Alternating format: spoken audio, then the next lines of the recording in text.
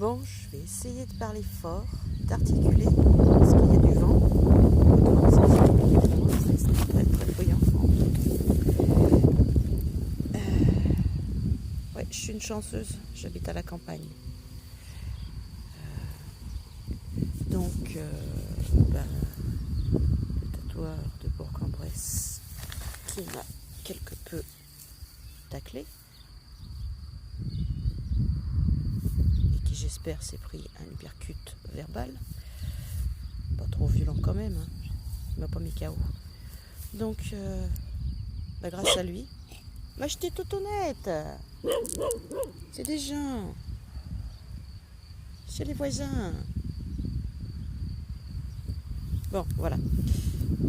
Donc, ça, ceux qui ont fait leurs études de lettres avec moi sauront qu'on avait un excellent professeur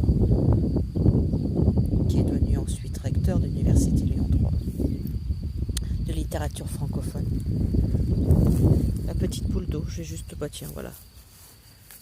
J'espère que c'est pas... Voilà, je vais juste lire des petits extraits. Si ça s'est ouvert là, c'est qu'on a dû l'étudier, je suppose, ou que j'ai appuyé dessus, c'est possible. Face à une autre. Ah bah si, regardez, il y a des choses un peu soulignées. Je cherchais à faire mes études sérieusement, même si je les faisais à ma façon.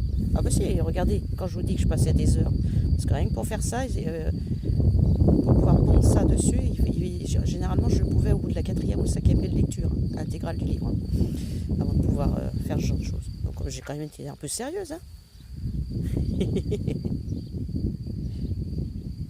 Là c'est de la main droite, hein. On reconnaît, enfin, je la reconnais l'écriture de la main droite parce que c'est quasiment les mêmes formes. Les lettres n'ont pas la même forme tout à fait de la main gauche. Alors,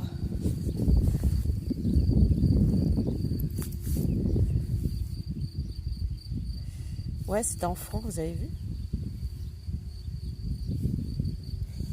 Je l'ai pas payé 400 francs et quelques, car j'avais dû l'acheter d'occasion, hein, je crois, de mémoire. Ah oui, parce que...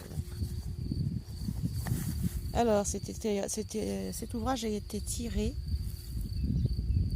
30 exemplaires sur papier pur fil. Quoi? Ouais, bon, on s'en fout, hein. Désolée, hein, j'arrive pas à le prononcer. C'est pas gagné que j'arrive à lire. La petite poule d'eau, c'était super drôle. Si, faudrait quand même. Je vais essayer de vous en lire un tout petit passage. Et je vais essayer d'articuler. Bon, puisque ça veut revenir à cette page, on y va sur cette page. Ça et ça, je vais essayer de lire. Désolée, ça tape en plein milieu, hein. Et c'est ce qu'on appelle des extraits. S'en revenant en une petite file indienne, les Tousignans ne se lancèrent pas moins à imaginer leur future maîtresse. Lucina marchait la dernière, essoufflée, malgré le froid assez vif. Les joues rouges, moitié attristées par le vide que créait le départ de Miss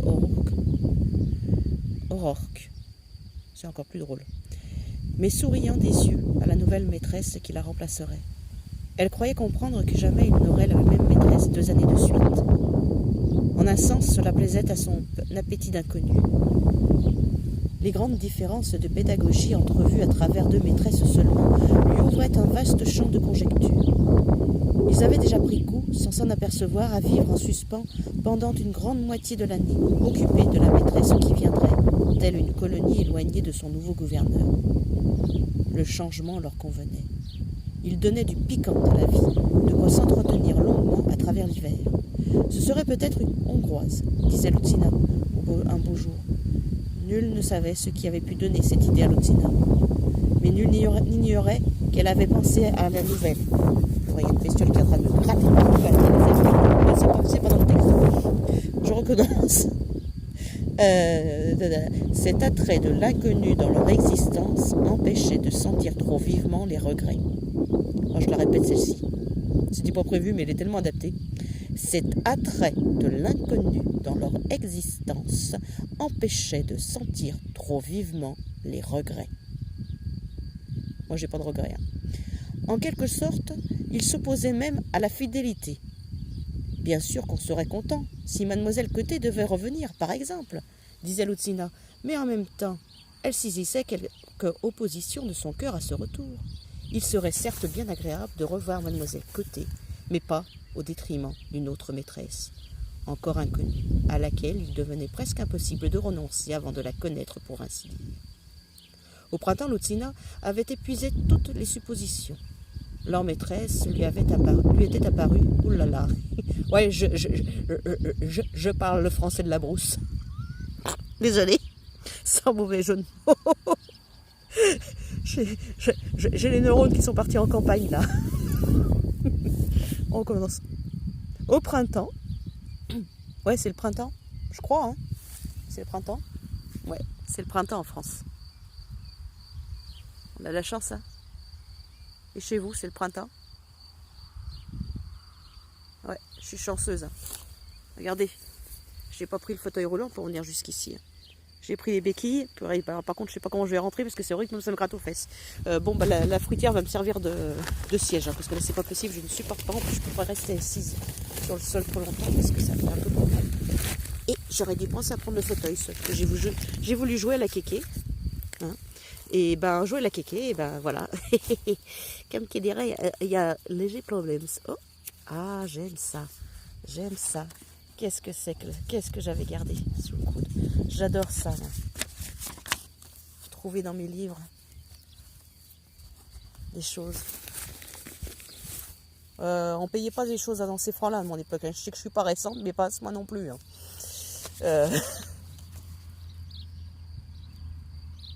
J'adore. Mais je suis toutounette. Tu viens t'asseoir à côté de moi. Tu me fais un bisou. Sans la langue. Tu pues de la gueule. Moi aussi. C'est pour ça que tu m'aimes. Bon. Le Quillet Flammarion, dictionnaire usuel. Pour la première fois, de grandes maisons mettent en commun des moyens d'une ampleur exceptionnelle pour réaliser l'ouvrage attendu et souhaité. Rédigé par les collaborateurs les plus qualifiés, le dictionnaire usuel est un dictionnaire alphabétique complet qui contient la totalité des mots de la langue française et résout toutes les difficultés de son emploi.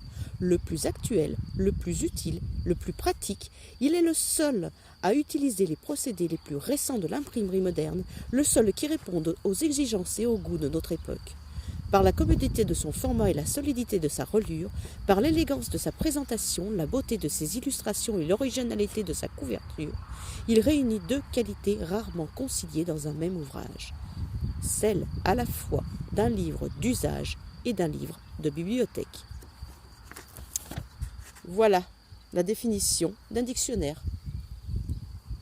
Je la répète.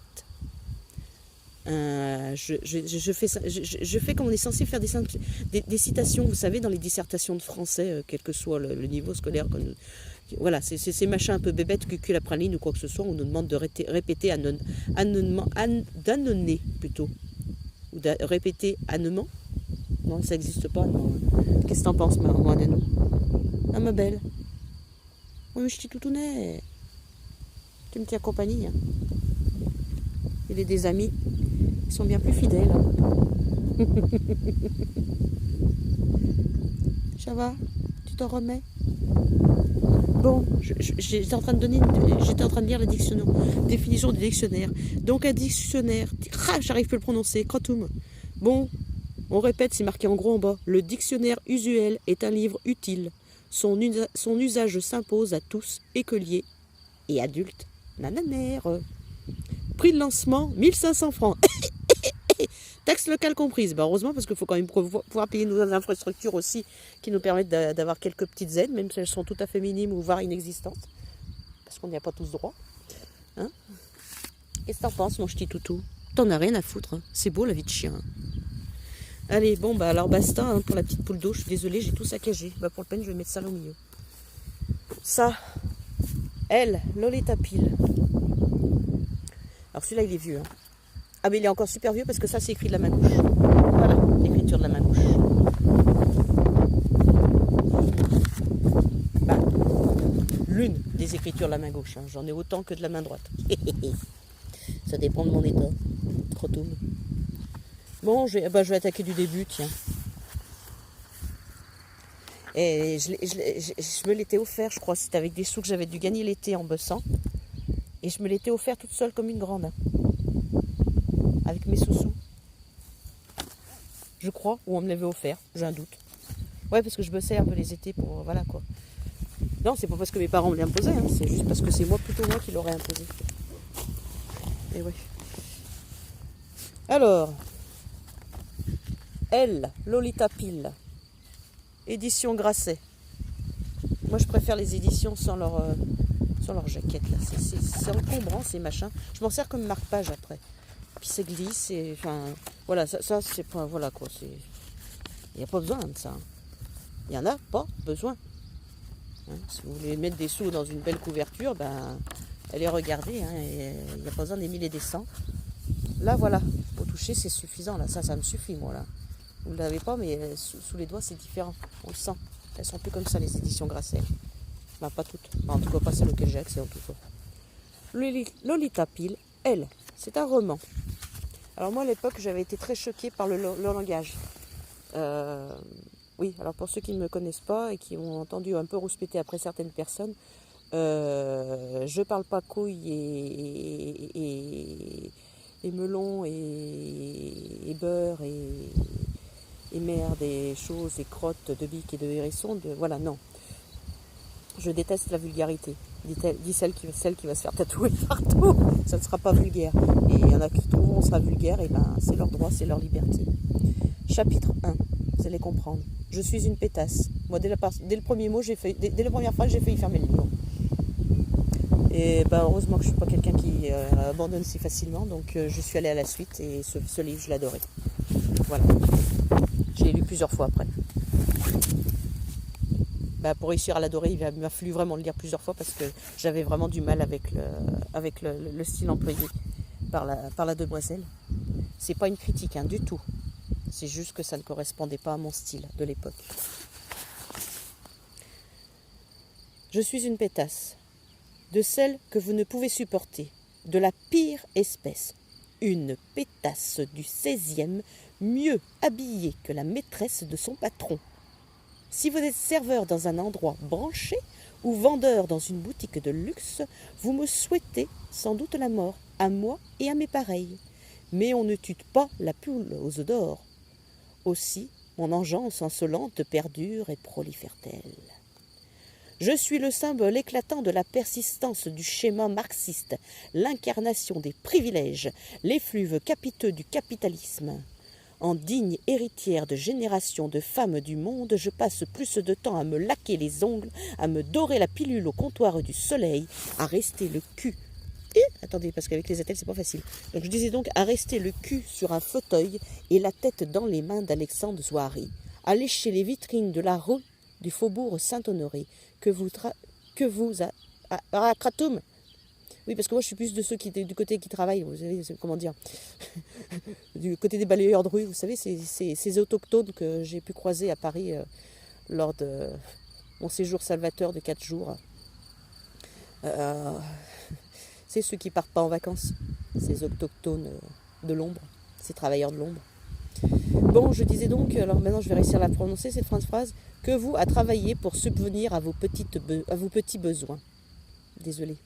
Lapsus non révélateur ou révélateur, je vous laisse choisir.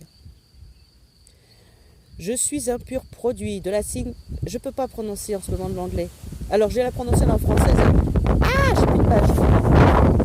Les feuilles volent. Je ne sais pas si vous allez entendre quelque chose, parce que alors purée, moi je l'entends souffler dans les écouteurs. Ça, à mon avis, vous allez rien entendre. Je vais essayer de parler plus fort. Je suis un pur produit de la Think Pink génération. Mon credo. Sois belle et consomme. Non, pas besoin de consommer. Hein. Ou consommer intelligemment. Ouais, ça c'est pas mal. Embrigadé dans le tourbillon polycéphale des tentations ostentatoires, je suis la muse du dieu paraître sur l'autel de qui j'immole gaiement chaque mois l'équivalent de votre salaire. Eh ben moi je veux juste la moitié de ta mois de salaire et puis comme ça à peu près je pourrais peut-être me payer un fauteuil roulant adapté, quelques trucs aussi qui soulègent un tout petit peu et puis je pense que tout le reste je le donnerai. Je serai mon égoïste. Et il en faut pour tout le monde. Hein. Heureusement qu'il y a des riches, il y en a, eh oui, hein, les bonnes œuvres, les œuvres de charité ou quoi que ce soit. Hein, voilà. Hein. Donc, le partage des tâches, le partage des tâches, le partage des tâches, le partage des tâches. Je vous laisse mettre un accent circonflexe ou pas sur le mot, sur le A.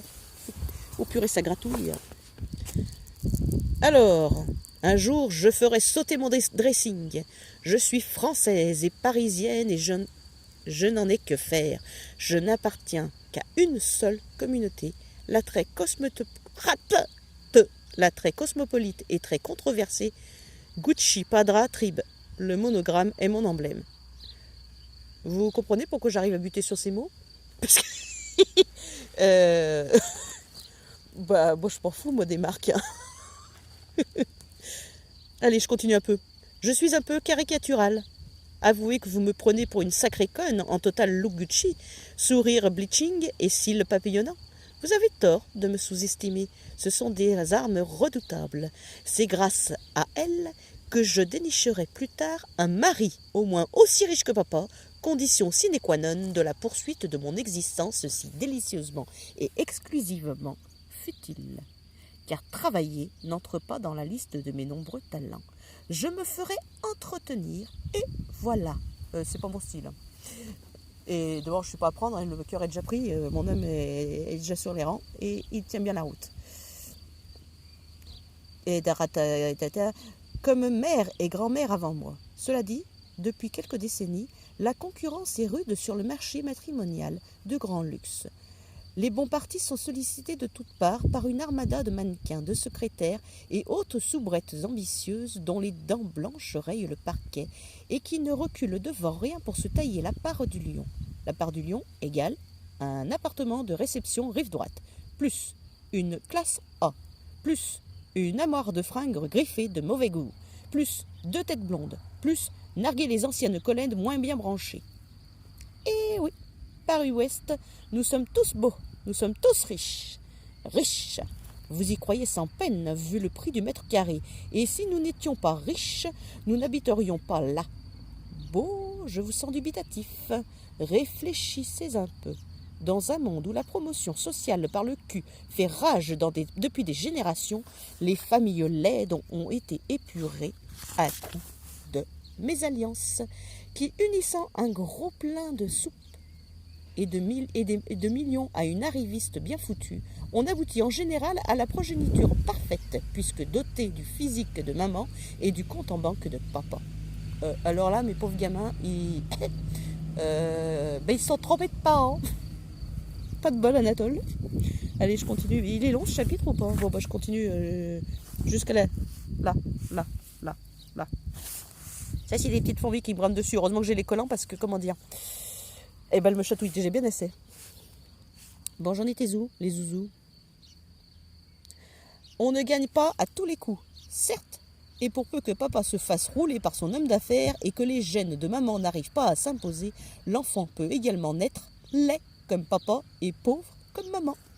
C'est ce qu'on appelle la malchance. Mais je ne m'étendrai pas sur ce point. Je n'ai pas pris la plume pour vous décrire l'existence de gens pauvres et laids. Primo, j'en ignore tout. Secondo, ce n'est pas un sujet des plus réjouissants.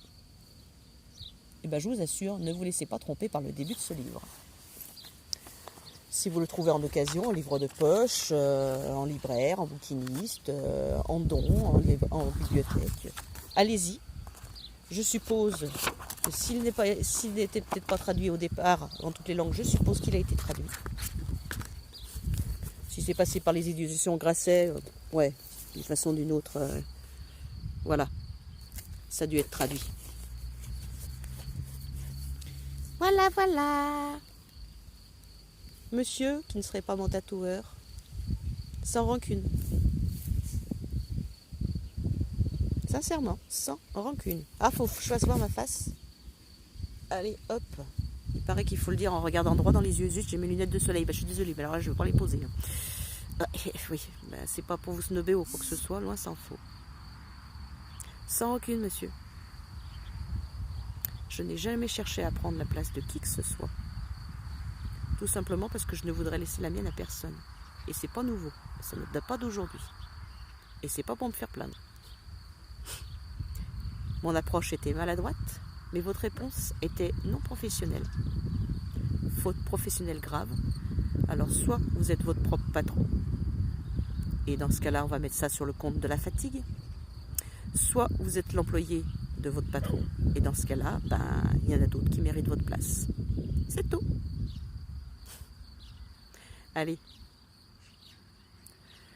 De façon ou d'une autre, actuellement, je ne suis dans l'incapacité totale d'aller conduire jusqu'à Lyon. Donc, je vais trouver un tatoueur mâle. Et il n'a pas besoin d'aimer les femmes, hein, c'est pas obligé. Il peut aimer ce qu'il veut, tant que c'est pas les petits enfants. Les petites filles et les petits garçons. Hein. Ou s'il les aime, et dans ce cas-là, qu'il se contrôle. Qu'il les aime que dans sa tête. Et qu'il n'arrive pas à faire que fleurir un commerce et des mafias qui n'ont pas besoin d'être enrichis. Je disais donc, sans rancune, monsieur qui ne serait pas mon tatoueur à Bourg pour l'instant. Et à votre chère cliente Chris, puisque vous l'appelez ainsi en privé, je ne sais pas, nos messages, nos échanges étaient privés à la base. C'était une première approche maladroite de ma part, mais je vous rappelle que je reste une personne autiste et que mes traits autistiques peuvent être très démultipliés dès que je suis un petit peu fatiguée. Voilà. Ah, c'est pas une excuse, vous avez tout à fait raison, mais vous non plus. Quand on est professionnel, on est dans tous les cas de figure. Quand on est patron de sa propre boutique, on a la responsabilité de ses employés, de l'avenir de ses employés, donc du maintien de son entreprise à flot. Et on ne pense pas qu'aux clients actuels, on pense aussi à l'avenir, à l'après. Je ne sais pas, c'est pas une leçon que je vous donne parce que c'est le genre de choses, moi ça me dépasse. Je ne sais pas faire du commerce, tous ceux qui me connaissent le savent et pourraient vous le confirmer sous toutes les langues et dans toutes les langues. Donc, monsieur, non, je ne suis pas partie en croisade. Monsieur, je n'ai pas manqué de respect vis-à-vis de vos employés. Et monsieur, je n'ai pas manqué de respect vis-à-vis de vos clients. C'était une approche un petit peu version bulldozer, rentre dans le lard. C'était pas pour marquer mon territoire, c'était juste pour voir vos limites et mes limites. Les miennes ont été atteintes pour vous concernant. C'est tout. Mais je sais que vous avez des très excellents employés. Mais je sais pas pourquoi, il y a quelque chose qui me dit qu'ils sont pas tous restés chez vous. Ah, au fait, hein, ça c'est ma médecin généraliste qui me l'a bien plus appris que n'importe qui. Bon, plein d'autres aussi a essayé de me le dire, mais ma médecin généraliste. Alors c'est pas parce que c'est une femme, hein, mais proxy aussi un peu, ça aide. Mais pas que, hein, parce que voilà quoi. Leur cabinet n'est pas fermé aux hommes. Tant au niveau professionnel qu'au niveau clientèle. Ah, c'est pas une clientèle. Eh ouais. Eh ben non. Pour un médecin de campagne, parce qu'être médecin de campagne, eh ben faut le vouloir. Il faut avoir la vocation, il faut avoir la motivation. Pour être médecin tout court, il faut avoir la vocation, il faut avoir la motivation. Pour être personnel soignant, il faut. Pour être laveur de rue, il faut. Pour être ramasseur de merde, pardon, zut. Comment ça s'appelle? Éboueur. Pour être éboueur, il faut avoir au moins un minimum d'humilité. Donc, monsieur, quand vous connaîtrez l'humilité, quand vous serez suffisamment humble, peut-être que je vous percuterai. Pas dans le sens où vous claquez ou quoi que ce soit. Ouais, j'ai besoin d'une leçon d'humilité, vous inquiétez pas. C'est parce que vous ne me connaissez pas. Mais vous avez le droit de le penser, comme tous ceux qui auront vu ces vidéos. J'espère au moins qu'elles vous auront fait rire. Allez, elles vous auront peut-être fait rager. Pendant que vous ragiez contre moi, vous ne ragiez pas contre vos employés, ni contre vos clients. Vous savez, ceux qui sont en attente. Voilà. Vous savez, avec Chris, vous avez une fidèle cliente. Et ouais, où vous aviez, j'en sais rien. Ça lui appartient. Mais je crois que vous l'avez toujours. Je respecte les choix de chacun. même si certains me répugnent. Mais là, je parle pas de ça, je parle pas d'elle. Allez, basta. C'était une tentative de lecture de la Petite poule d'eau, Gabriel Roy, édition Flammarion. Alors, ah oui, au fait, je vous ai pas dit, mais alors, je suis pas en mesure de québécoise de mémoire.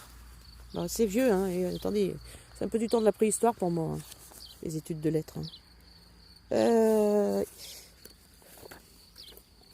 La petite poule d'eau, j'adore, moi, ces pages où il a fallu les découper au coupe-papier, une par une. Je les ai découpées une par une au coupe-papier. Je l'ai acheté d'occasion, mais il était neuf, il n'avait pas été ouvert. Une par une. Je crois que c'était la librairie, alors c'était sur la place Bellecour. Je crois que c'était Gibert. Je ne sais pas s'il y est toujours. Hein. Elle ne donnait pas directement sur la place Bellecour, mais c'était à quoi, quelques mètres. Hein. Ouais, ça, voilà. Bah, dans un sens, c'est utile. Hein. C'est pas bête hein, de faire numéroter les lignes, etc. pour s'y retrouver. Hein.